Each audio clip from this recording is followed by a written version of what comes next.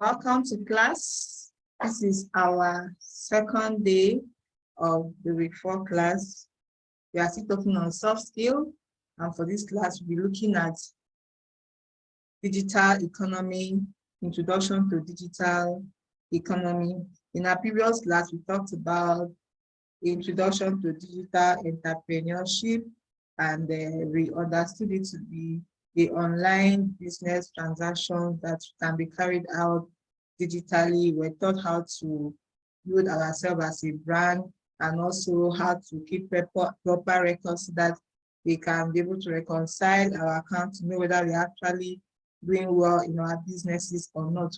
So for this class, we're looking at digital economy. First, what is digital economy? The digital economy is the economic activity that results from billions of everyday online connections among people, businesses, devices, data, and processes. Pause. Did I introduce myself? No.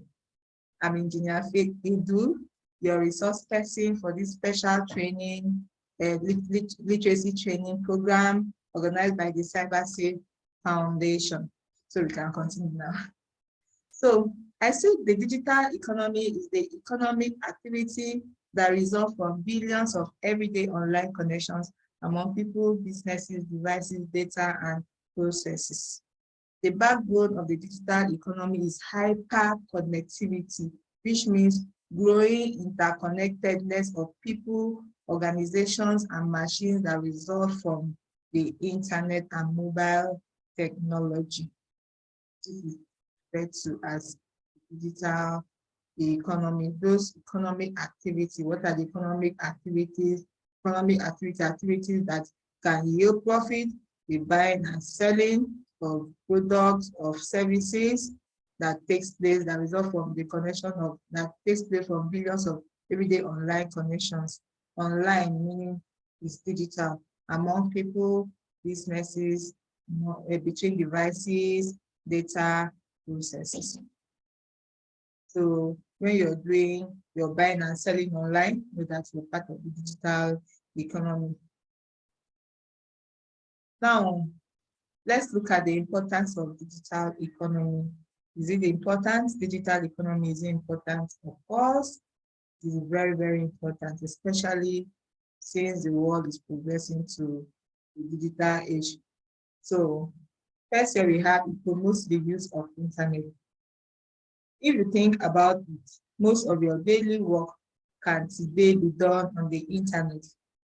The massive growth of technology and the internet that began in the USA and is now a worldwide network. Now, for instance, in this class, I am located in Calabar, Cross River State, but I have members of this class that are not residents in Cross River State listening to this video lessons. Now, imagine a scenario whereby I needed to gather us together to have this class. It would have been next to impossible. Many of you would have missed out on this opportunity. But because of the digital world we are in now, we can be able to utilize the internet to organize a class like this, make this recording, store it somewhere where you can listen to at your own convenience.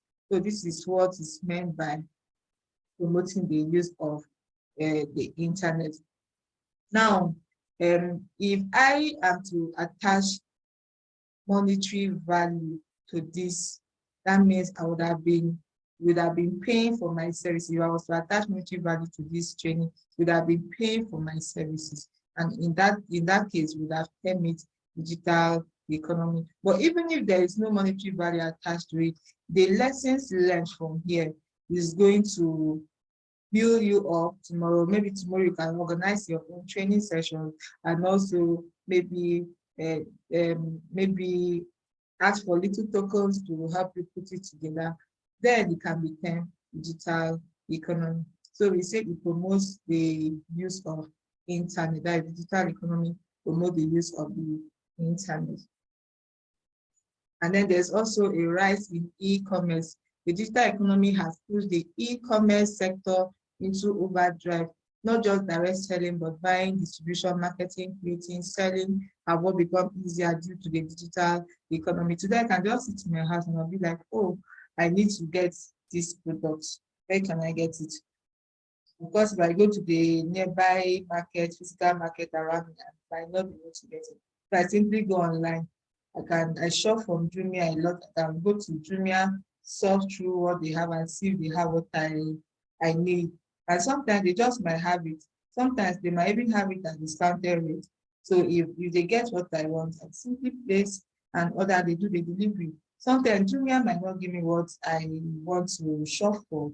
I simply go to AliExpress. I can go to AliExpress and push off from Amazon. There are different online platforms where people shop from.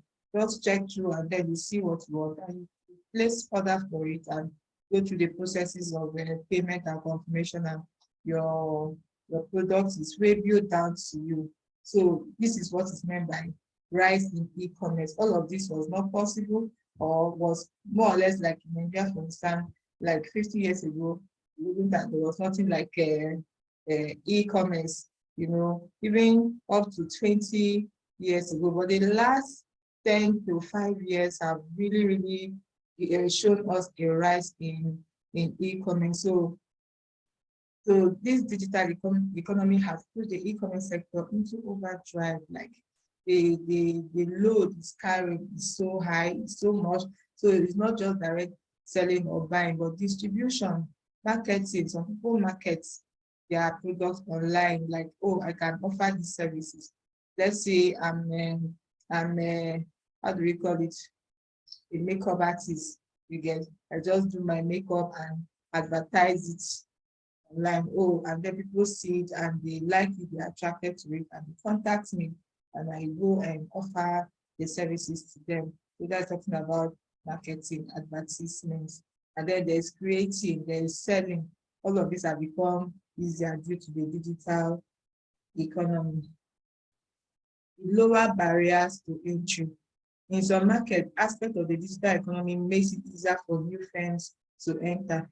If an entrepreneur has an innovative idea that catches on, they can create a new product which challenges traditional firms. Traditional firms, there are so many protocols that need to be considered when changes are to be made, because they have their probably constitution and set up already, through which certain changes can be made before they are implemented.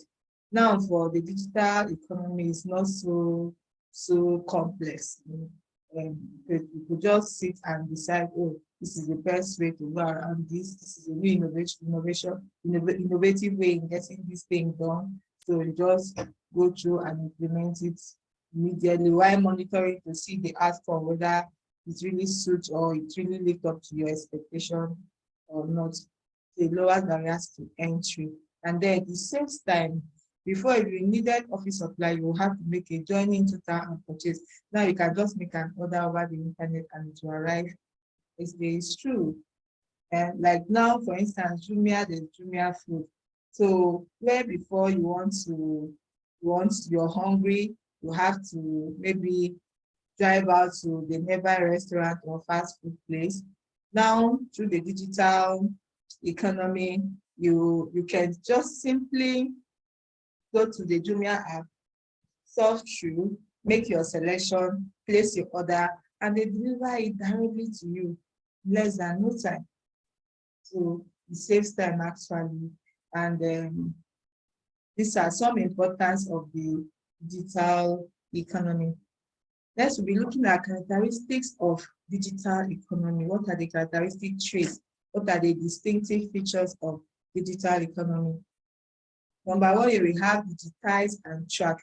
In a digital economy, analog objects generate digital signals that can be measured, tracked, and analyzed for better decision making. So it can be digitized and tracked.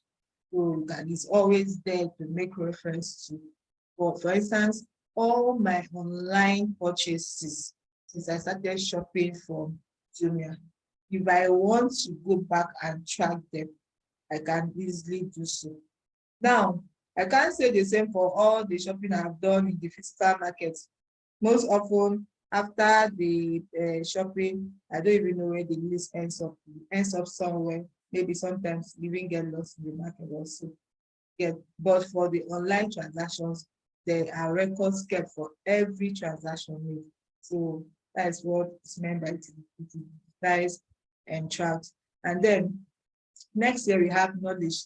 If in the classical economics of land, buildings, labor, and money are important factors of production, then in the digital economy, knowledge is the most important type of resources that should be owned by the organization. Characteristics of digital economy, knowledge very important. If you don't have the know-how, you will not be able to implement. So you must have knowledge on how best to utilize the opportunities presented by the digital economy for you to be able to invest in it wisely. So it's very, very important. Just like what we are talking about now, this is you gaining knowledge on areas on how you can invest, on how you can utilize the opportunities that the digital economy presents. So knowledge is very important and it should be owned by the organization. Virtualized means not real, like it's not real, it's virtual. In the virtual world, virtualized term that allows the person to start a business with a simple device and can reach all potential customers in the world. You know, this allows a person to start a business with a simple device and can reach all potential customers in the world. I remember sometime ago, I went somewhere and I saw some nice product that I thought for certain persons will like. Now I don't have the time to go from person to person to show. I got the items actually, I got the product and came back home. But I don't have the time to go from person to person to be showing them this item. And I also didn't have a place set up where I can keep someone or myself, maybe they wish I don't even have the time to do that in the first place, for people to come and patronize. And even if people should come, how many people will even know that I have something like, because they don't know me to be somebody that sells stuff. But I just saw this product and I love them and I thought, oh, people will love them. Let me just get it because it's not common for where I am based. And by the time I bring it back here and I showcase it, I market it, people might love it and just buy it and I'll make a little side profit. And that was exactly what I did. What did I do? I got this item, came back, I simply put them in my WhatsApp status. And then different people that viewed my WhatsApp status, my Facebook stories, different persons that viewed started indicating interest. And before I knew it, wow, I finished selling all my product and I made my profit too, which only was made possible because I utilized the digital economy. So it was a simple device, just my mobile phone and a little data. I didn't have to do more. I didn't have to set up a shop. I didn't have to go from person to person. And most of the persons that bought did not have to come. They just saw it virtually and indicated interest. And then some of the product needed to be reviewed and they were reviewed to people that asked for them.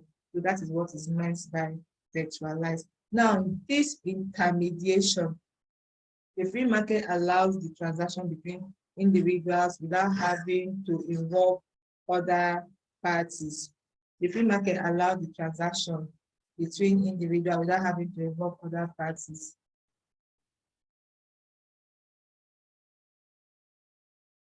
So we're talking about this intermediation, and it's said to be the free market that allows the transaction between individuals without having to involve other parties.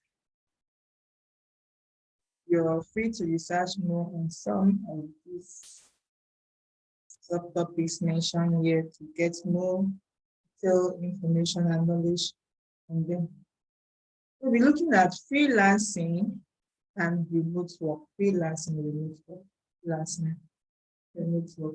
Freelancing is a contract-based profession where instead of being recruited in an organization, the person uses his skills and experience to provide services to a number of clients. In simple terms, Freelancing is where you use your skill, education, and experience to work with multiple clients and take on various assignments without committing to a single employer. They are not that their payroll, but you offer services to them at a cost, at the price tag. So the number of assignments or tasks that you can take just boils down to your ability to deliver on them as asked from them. So it's a contract-based profession. You can have as many contracts as you are able to conclusively carry out the satisfaction of the client. That is freelancing. You have a particular skill that you will do that, and you have experience in providing certain services. And this different number of firms have contracted you to offer these services to them, and you do that at the cost. So that's freelancing. Now, what is remote work? Remote work is a working system or a working style that allows professionals to work outside of the traditional office environment. It is based on the concept that work does not need to be done in a specific place to be executed successfully. So think of it this way: instead of commuting to an office each day to work from a designated desk, remote employees can execute their project and surpass their goals wherever they please. People have the flexibility to design their days so that their professional and personal life can be experienced to their fullest potential and go and coexist peacefully. So yeah, the difference between freelancing and remote work is freelancing, you're not committed to any employer. Remote work, you can't be committed to an employer, but your work allows you to work from anywhere. And personally, my work allows me to work from anywhere, committed to an employer. So sometimes I have to sit on my desk. But at times I don't have to sit on my desk. But so long as we are talking about digital economy, so long as I have my device with me that can enable me get access to the internet, I can actually carry out my work from anywhere. So that is what remote work is all about. And I mentioned earlier in our first week that the COVID-19 really gave us reason to consider remote working more, because within that period where the whole world virtually shuts down, people were not going out. There were some businesses that just couldn't shut down. Somehow they will need to keep grinding, and it involved people putting in their efforts. Since they cannot come the traditional way to coexist to carry out the work, we had to learn to work remotely. And I think from there, some businesses have continued the pattern, while some may have partially returned back to how the traditional way that things used to be. So remote work is very important, but please note that without digital technology, remote work becomes very difficult, because you must work with teams, and there will be a way that you can effectively communicate with members of your teammate to make your work move successful. So next, we're looking at drop shipping. Remember, we are talking about digital economy. So drop shipping is an order fulfillment method where a store doesn't keep the product itself in stock. Instead, the store purchases the item from a third-party supplier and has it shipped to the customer. As a result, the seller doesn't have to handle the product directly. The biggest difference between dropshipping and the standard retail model is that the seller merchant doesn't stock or hold inventory. Instead, the seller purchases inventory as needed from a third party, usually a wholesaler or manufacturer to fulfill orders. Now, I've read plenty, but it's very simple. Now, I'm a dropshipper. What does it mean? It means I'm telling you that you can buy these products from me. I have a list of products that you can buy from me, but I don't have a stock. The list is what's referred to as inventory, but I don't have a stock, a warehouse, anywhere where those products are. But instead, I have access to people that have all of these products in stock. But you don't have access to those people. I have access to those people, but you have access to me, and we have access to the list, the inventory of the things I can offer to you. So by the time you connect with me and place your order based on what you want, what I do, I simply go back to the people that have those products in stock and I relay the order to them. I need this, I need that, this number, this quantity, maybe lead to this address. After I might have completed the transaction with you, of course, and there could be terms and conditions to the transaction. The terms and conditions can be paid before delivery. If you accept to pay, I now pay the owner of the stock. The owner of the stock now reveals it to you.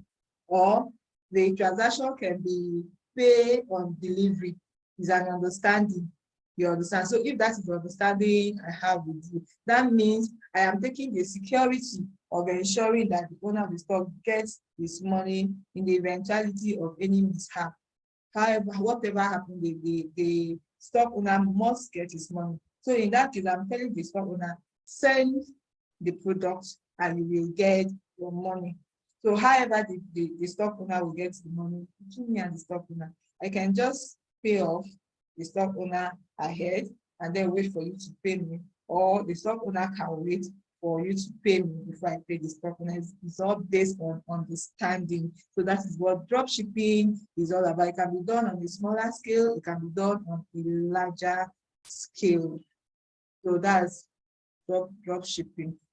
Next, we're looking at content creation. This is the process of identifying a new topic you want to write about, deciding which form you want the content to take, formalizing your strategy, keyword or otherwise, and then actually producing it.